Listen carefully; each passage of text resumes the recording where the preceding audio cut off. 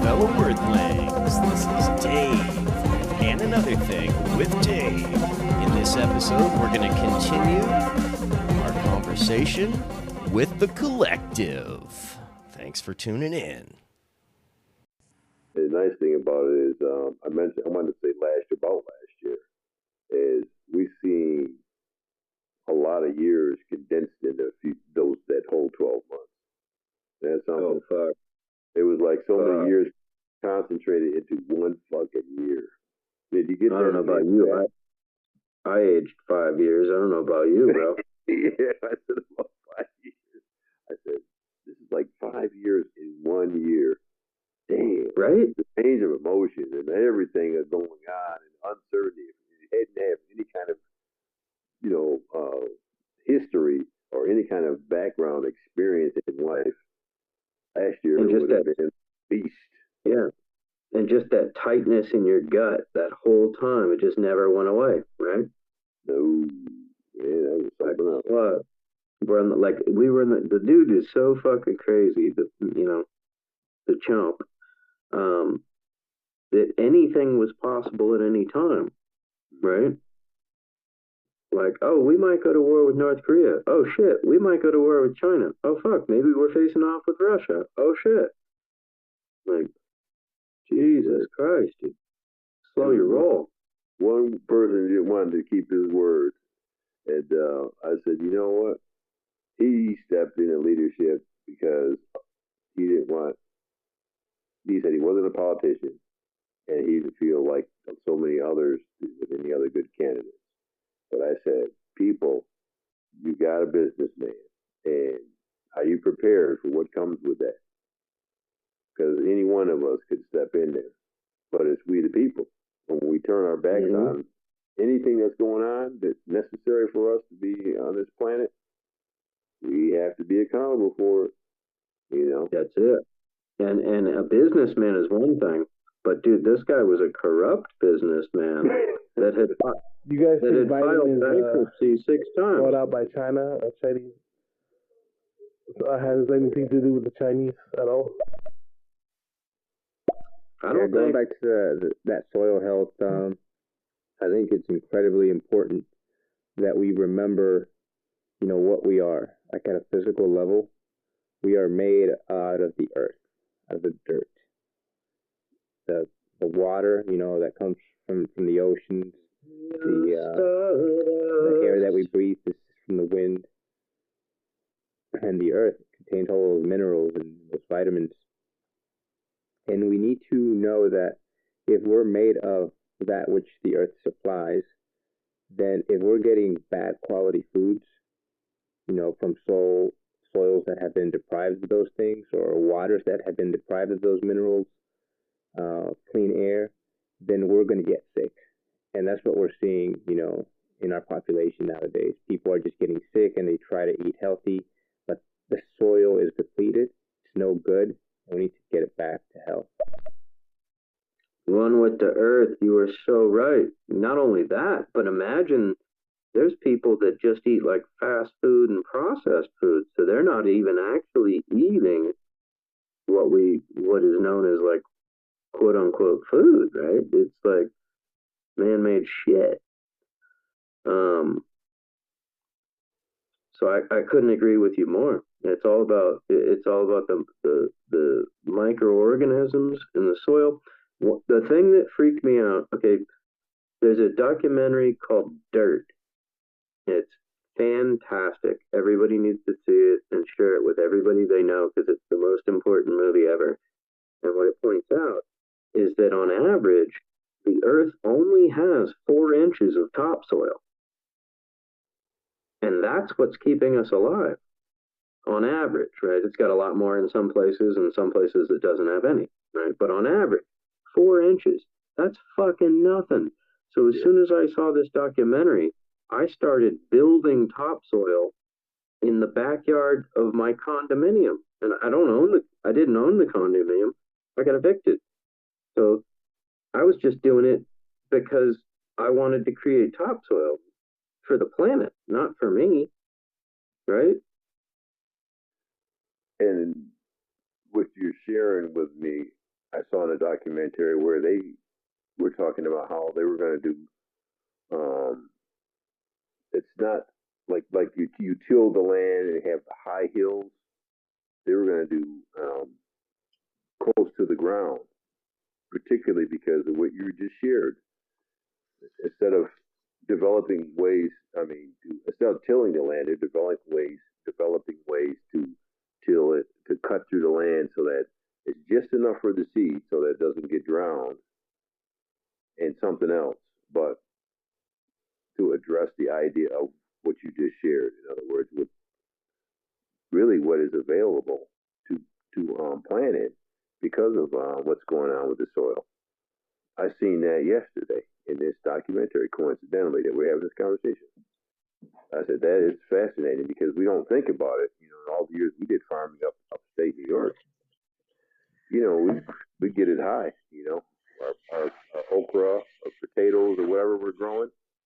There's nothing to go out there with the discer and just kind of, comb the ground and then have to deal with it. That was the way it was, right? Yeah, exactly. Have to go back and, break that ground up again and get it right, do tests on it and stuff and see what the soil was doing for planting. That's what we thought anyway, right? That's more efficient to actually keep it lower, and you can pretty much net the same result with what we know now.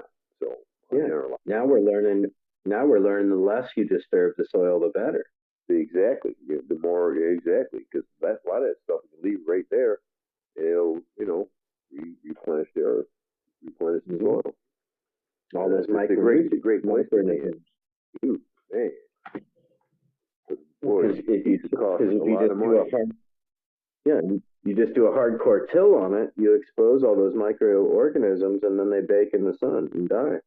Mm-hmm. Yeah, that's very interesting.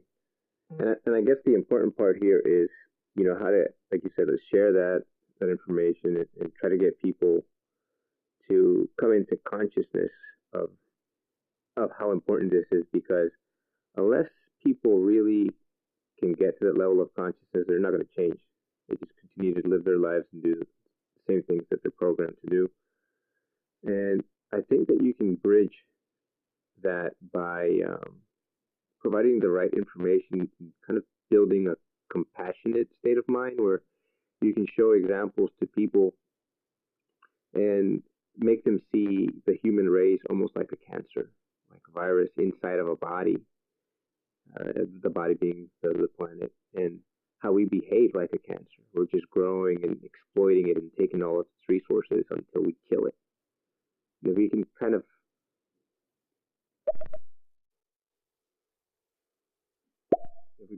just get to that mindset, and people gain compassion now for the planet, because they feel the pain of the planet as a being that's alive because it is, then they can start making those choices and say, I don't want to hurt the planet because when I hurt it, I hurt myself and everyone in it.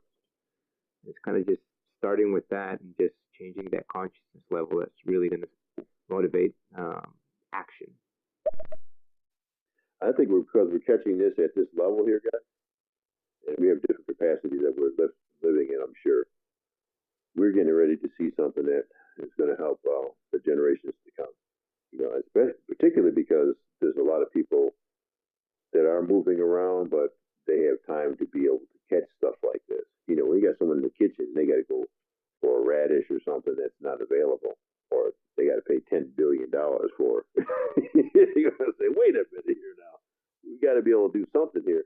They'll be conscious of what they're getting and wanting to know at least. I think they'll become more mindful of wanting to know what's going on, and when they can talk to a group of us, because that's us here today, but this can spill out potentially to hundreds of thousands of people. I think it'll start to change some things. This is exciting time to live in. It really is. I agree, and I think one thing that's important is that it doesn't matter. One with the earth. I wanted to respond. I love that name. One with the earth. So am I, brother. So am I. Nature is my church. Nature gives us everything. It created us. So why would you not love nature? Anyway, I wanted to get back to give back to what we take. Kind of like talking on what you mentioned. Like we take and we take and we take from this planet. But watching that documentary, Dirt, really made me think like, well, fuck, what am I giving back? So I started composting. Not because I was even going to do anything, just because I was like, fuck, I don't want to put it in the garbage. So all my coffee grounds, eggshells, and all my green waste would go, I would just bury it in the backyard. All of a sudden, I had the most amazing soil before you know it. Yep, I was looking at my lawn. Then I'm like, this is awesome. Then I'm like, maybe I'll plant some shit. So I did. It started doing good. So then I went the next step, right? And then I went kind of crazy with it. But my point is that anybody can do this, right? Anybody, instead of throwing your eggshells, your coffee grounds, and your salad clippings in the garbage, you could just take them out in your yard, dig one shovel deep, and dump them there, and then just dump that soil back over them. Done. That simple. Doesn't have to be, you don't have to have a compost bin, you don't have to worry about rats. And if you bury it like I'm saying, the rats don't come. I did it. There's no rats, there's no raccoon, nothing. It's all good. You're feeding worms. They would go out and leave it on the ground. Years ago when I used to see it in North Carolina, I said, this is why the pests were coming in. But the pests are sharing the planet like we are. So they're looking for something that they can readily get their hands on. We're going to see more of them. And then they're going to create families who, pose another challenge. But we shouldn't just smash them out and say, you know what, them damn pests, or I'm not going to plant or whatever. We got to think about what we're doing. Stuff is no, and things that we call pests and weeds. Well, we got to check ourselves, right? Because if God put that on earth, that's here for a reason. And a possum eats a rat. So a possum might not look like the prettiest thing, but you don't want to chase it into your yard because they eat rats and mice. There it is. And interestingly enough, when they left the land and went into the ocean, it said the same system was in place. How it would replenish itself. And I said, wow. Right. Like one point, the guy was talking about the Dead Sea or the Black Sea or something like that. I think it was the Black Sea. Oh, man. Don't even get me started on Kamala. I lived in San Francisco for 20 years, and we spell Kamala with a capital C. You know what I mean? Wait a minute. Do the Hummer. Who did he use? The CEO of Monsanto for the Department of Agriculture or something like that? So everything is going to hell there. One with the earth, you got it. Yep, that's what incremental centrism gets us, right? Like no change. So he fucking puts this guy in charge of the Department of Agriculture. Don't know if you were aware of this, Mr. Collective, but they're calling the guy Mr. Monsanto, the guy he put in charge. So awesome. Mr. Oh yeah. He took the throat elevator down to that epiglottis. Oh, big time. Oh, it's history. You could Google it. Google it. Google that thing. Oh my God. Man. You can Google it, dude. Truffle hunting on that thing. Let's talk about the earth and how we can save it and ourselves in the process. Because people talk about save the earth. The earth is going to be fine. It's us that'll be fucked. Okay? Can you imagine? Man, with a bone, with a dinosaur bone. Yeah, exactly. Thank you. Dinosaurs, yeah. They own this shit. So we don't get shaken off like a flea, because otherwise, you're right. It's going to be like that Etch-a-Sketch. The Earth's just going to be like, do-over, chick, chick, chick. And then maybe Captain Planet will come and save the day. Yeah. And Captain Planet. maybe 10 humans will survive in a cave somewhere, but if not, humanity's fucking gone, erased. That simple. That easily. Like one meteor could do it. and it all would be a plant roaches. Yeah, right.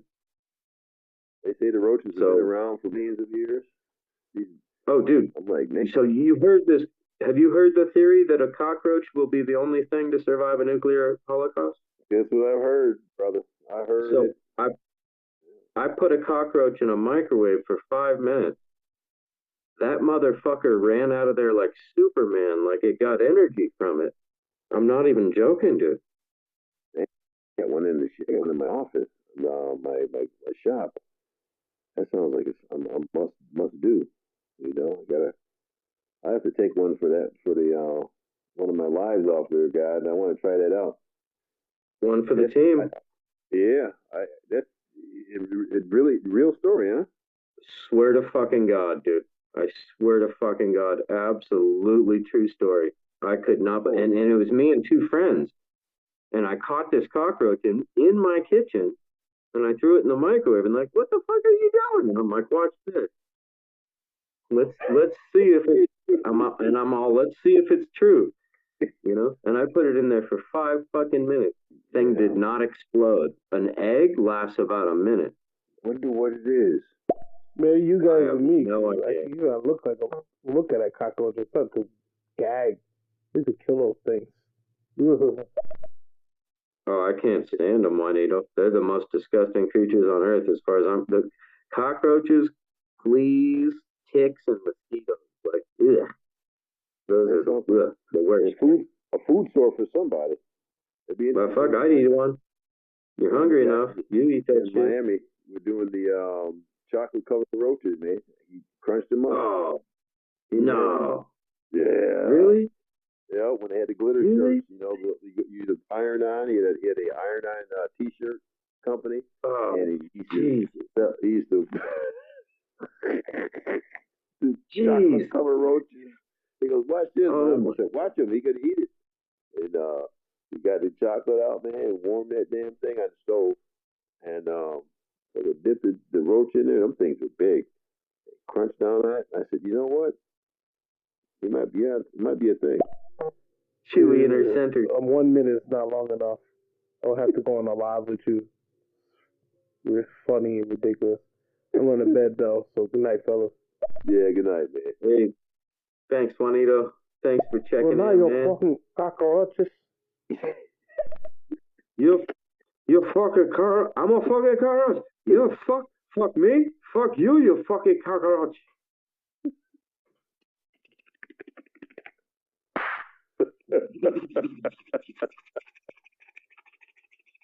Well, that sounds like a crackhead. Who was it? Take it out.